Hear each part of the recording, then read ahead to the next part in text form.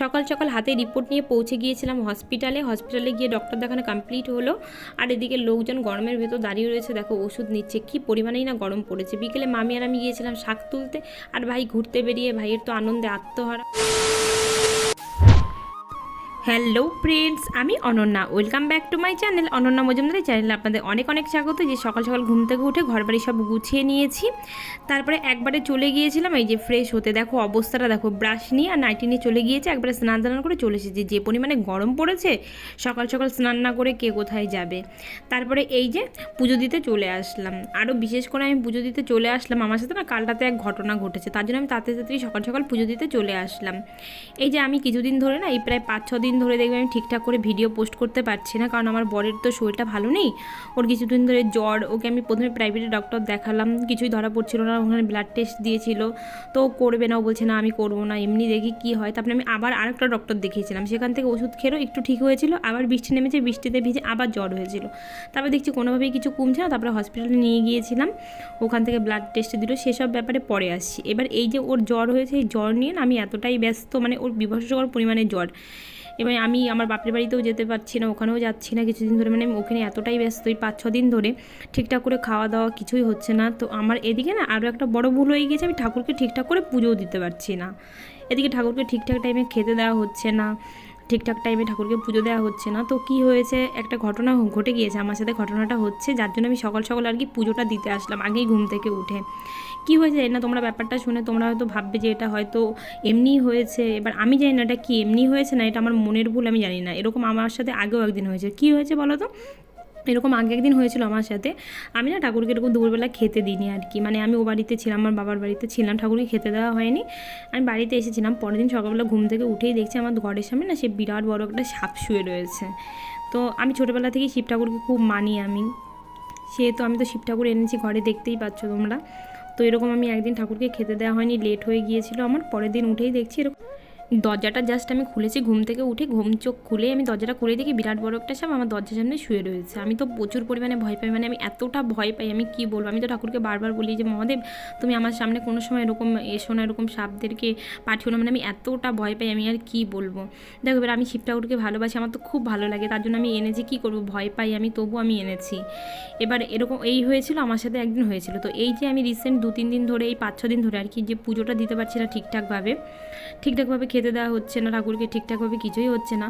তো কাল রাতে ওর একটু জ্বর কমেছে আর কি, তার জন্য আমি না একটুখানি গিয়েছিলাম আমার ও বাড়িতে আর কি, গিয়েছিলাম মায়ের সাথে দেখা করতে। তো আমি গিয়ে যেই বাড়িতে এসেছি, এসে আমি দেখছি হঠাৎ করে, আমি ফার্স্ট দরজা খুলেছিলাম, দরজা খুলে আমি যেই ঘরে ঢুকেছি, ঘরে ঢুকে এবার আমার না খুব মানে জল পিপাসা পেয়েছিল। তো আমার রান্নার জায়গায় দেখি টেবিলের উপর জলের বোতল ছিল, আমি ফার্স্ট ঘরে ঢুকে লাইটটা জ্বালিয়ে, আর আমার সবথেকে বড় ভুল হয়ে গিয়েছিল, আমার না ঘরের একদম ছোটো লাইটটা জ্বালিয়ে যাওয়া হয়নি। ওরকম ভেবেছিলাম চলে আসবো তাড়াতাড়ি, কিন্তু আস্তে আস্তে এতটাই লেট হয়ে গিয়েছে, আস্তে আস্তে পুরো সন্ধ্যা হয়ে গিয়েছিলো। এবার এসে দিয়ে আমি লাইটটা জ্বালিয়ে জল খাচ্ছি, যেই মাথাটা উঁচু করেছি, মানে বোতলে করে জল খাচ্ছি, হঠাৎ করে দেখছি আমার ঘরের দেয়ালে সেই একটা মানে সাপ বেয়ে বেয়ে যাচ্ছে। আমি দেখে এতটা জোরে, মানে এতটা ভয় পেয়েছি আর কি বলবো। আমি তো ঘর থেকে ছিটকে পুরো দৌড়ে বেরিয়ে গিয়েছি। তখন আমি বুঝলাম যে আজকে আমার আবার ঠিকঠাকভাবে পুজো দেওয়া হচ্ছে না, তারপর আজকে আমার ভুল হয়েছে পুজো দিতে গিয়ে, আমার একটা ভুল হয়েছিল পুজো দিতে গিয়ে। তো তখন আমি ভাবলাম যে এর জন্য হয়তো বা আমার সাথে এরকম হলো।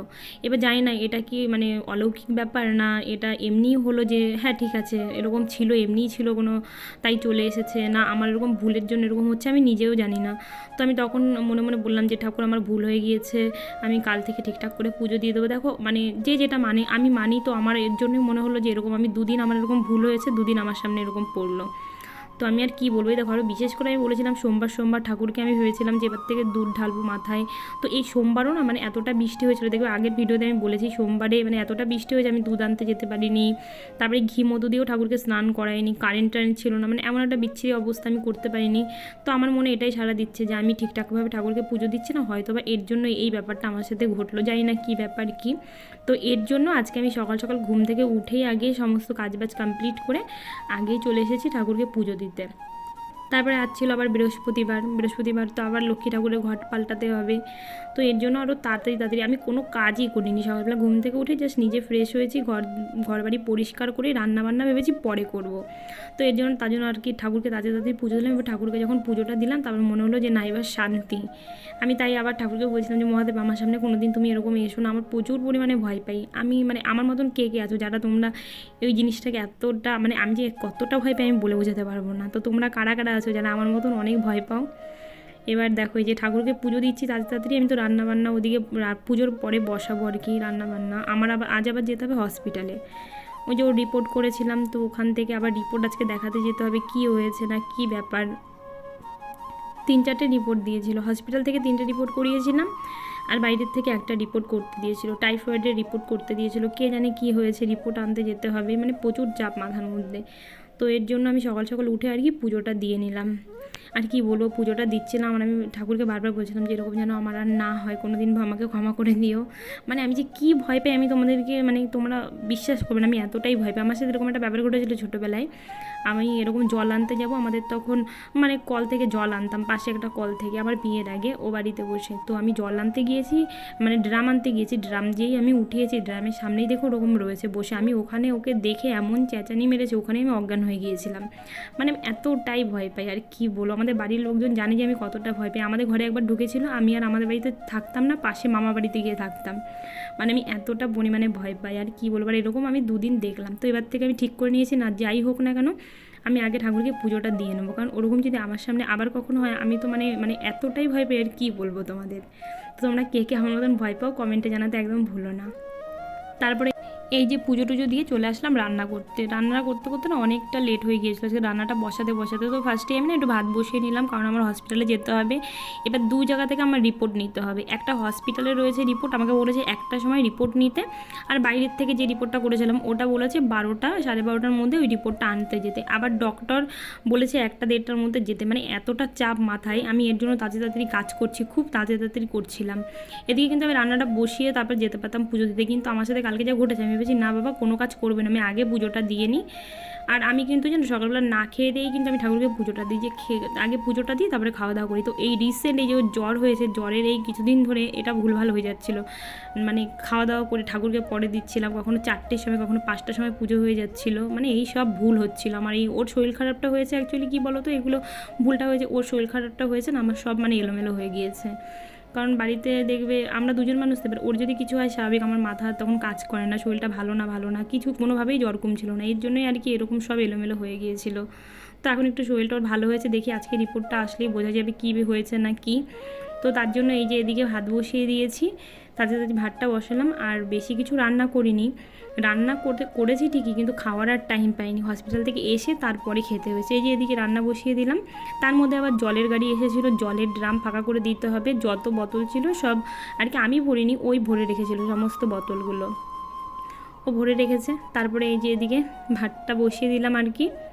ভাতটা বসিয়ে এবার কি রান্না করব আমি সেটাই ভাবছিলাম, যে কি রান্না করব। তো আমাকে বললো আলু সিদ্ধ দাও।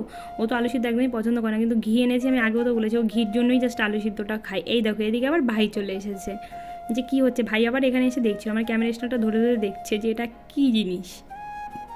আর এদিকে এই যে আগের দিন রাতের বেলা ছোলা ভিজিয়ে রেখেছিলাম, তো এই ছোলার আমি জলটা পাল্টে এবার ছোলাটা আর কি ঝুড়ির মধ্যে রেখে দেবো।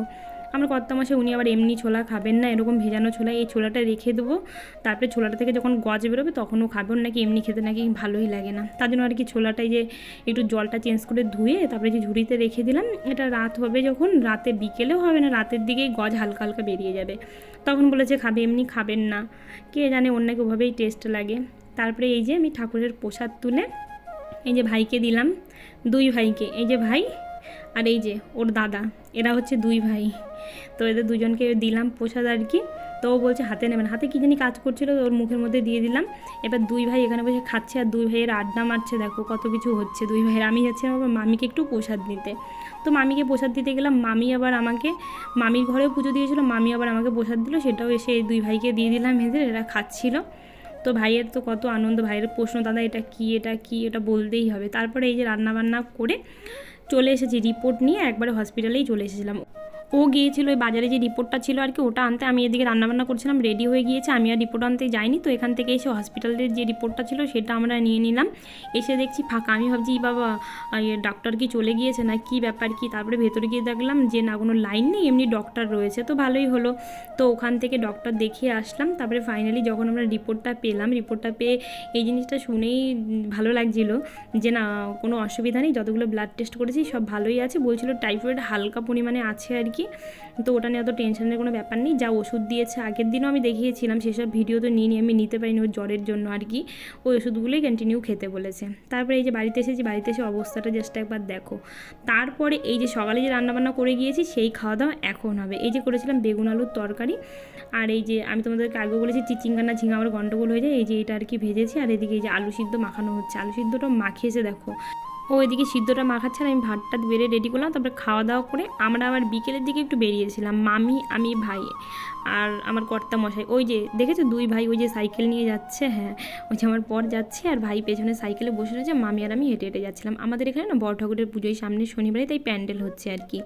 তো এখান থেকে এই যে দেখতে দেখতে যাচ্ছিলাম, আমরা যাচ্ছিলাম মামির বাপের বাড়ি, তো ও পাড়ায় যাচ্ছিলাম আমরা আর কি বিকেলের দিকে একটু ঘুরতে। তো এই যে আমরা যাচ্ছিলাম, দুই ভাই তো সাইকেল নিয়ে বেরিয়ে পড়েছে, ওরাই যাচ্ছিলো আর মামি আর আমি হাঁটতে হাঁটতে যাচ্ছিলাম। তারপরে গিয়ে না এই মাঠের এখানটায় গিয়েছিলাম, এখানে সুন্দর হাওয়া দিচ্ছিলো, ওটা কারণে গিয়েছিলাম এখানে একটা জিনিস দেখার জন্য আমরা।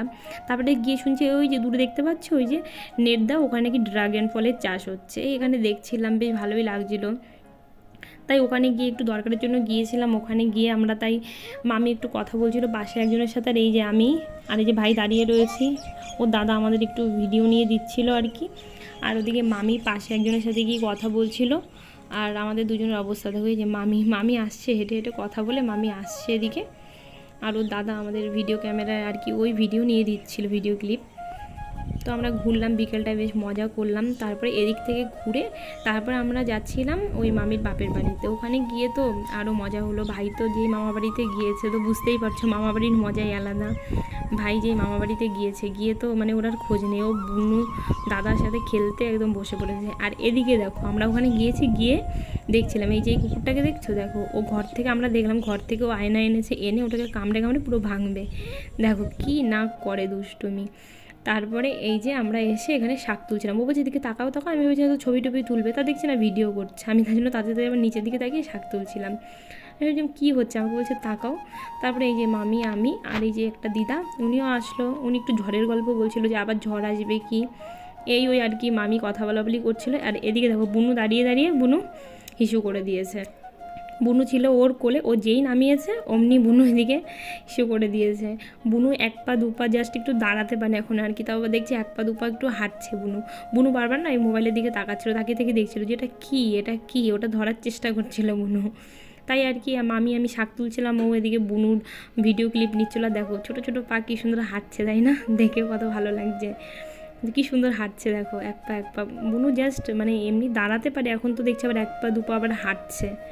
তো আমি আর মামি শাক তুলছি, ও আবার এদিকে তাকিয়ে তাকিয়ে দেখছে।